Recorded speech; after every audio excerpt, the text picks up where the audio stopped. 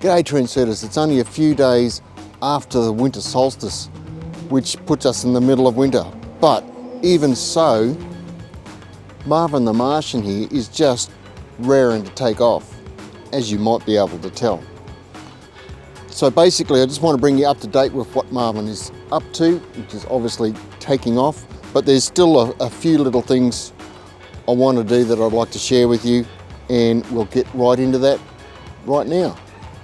One of the things that I think need to be done now, because Marvin the Mulberry, I know I said Marvin the Martian before, but I called Marvin the Mulberry after Marvin the Martian, which is why I got confused.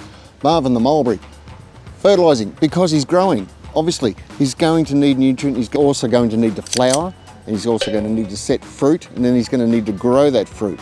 So Marvin is going to need, especially because he's in a container, so he can't get his roots out into the ground, he's going to need good, reliable, regular fertilising from here on in. And I'm going to use this gigantic, which is, I think that's how they say it, G-Y-G-A-N-I-C, gigantic, from ℙ𝕃𝕼𝔸𝕊. The main reason I'm using it is because you'll always find on the back of a packet or the side somewhere the analysis of what makes up the nutrient availability in the fertiliser. And this one has nitrogen at 7.1, phosphorus at 3.8 and potassium at 9.2. So they're your major nutrients. And I'm actually looking for something with a high potassium K, which is 9.20 versus the nitrogen, which is 7.1. I don't think mulberries need a whole lot of encouragement in the growth department, but it never hurts to add a good supply of potassium, which will help with root growth, flowering and fruit set. And that's what we're after at this time of year, because that's what's coming up next. So NPK, the rest are just micronutrients, sulfur, iron, zinc, copper, magnesium, they all go up to making a healthy plant, and I'm hoping this product will do me well. I'll put about 100 grams on, which is about 2 handfuls, but I'll show you that in a minute. Gigantic for veggies, fruit and citrus. So this probably couldn't be that much easier. It's basically 2 good handfuls spread evenly over the top of the pot. If you want, you can just scuff it into the top a little bit.